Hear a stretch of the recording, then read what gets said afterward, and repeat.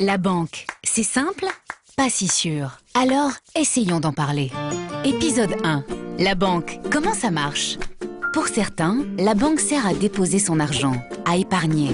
Pour d'autres, la banque doit proposer du crédit. Comment marier toutes les attentes? Tous les mois, Paul gagne 1 500 €. Tous les mois, son entreprise verse sur son compte BNP Paribas son salaire. Jeanne, elle, a décidé de s'acheter un appartement. Pour pouvoir le financer, elle a besoin que sa banque, la même que Paul, lui propose un crédit aux meilleures conditions possibles.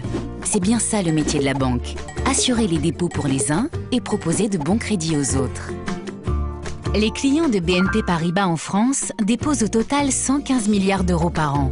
Dans le même temps, la banque accorde 150 milliards d'euros de crédits aux particuliers et aux entreprises de notre pays.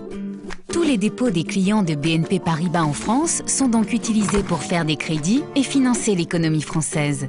Nous avons donc 150 milliards d'euros de crédits avec 115 milliards d'euros de dépôts pour les financer. Mais il manque encore 35 milliards d'euros à BNP Paribas pour financer le reste des crédits. Comment se les procurer?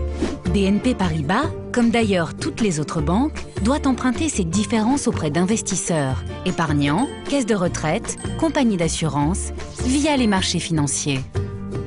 Reste une inconnue. Comment Thomas, conseiller chez BNP Paribas, calcule-t-il le taux du crédit proposé à Jeanne? Avec les dépôts de ses clients, plus les ressources qu'elle emprunte sur les marchés, la banque va prêter à un taux qui doit tenir compte non seulement de ce que lui coûte l'argent, mais aussi de ses propres frais.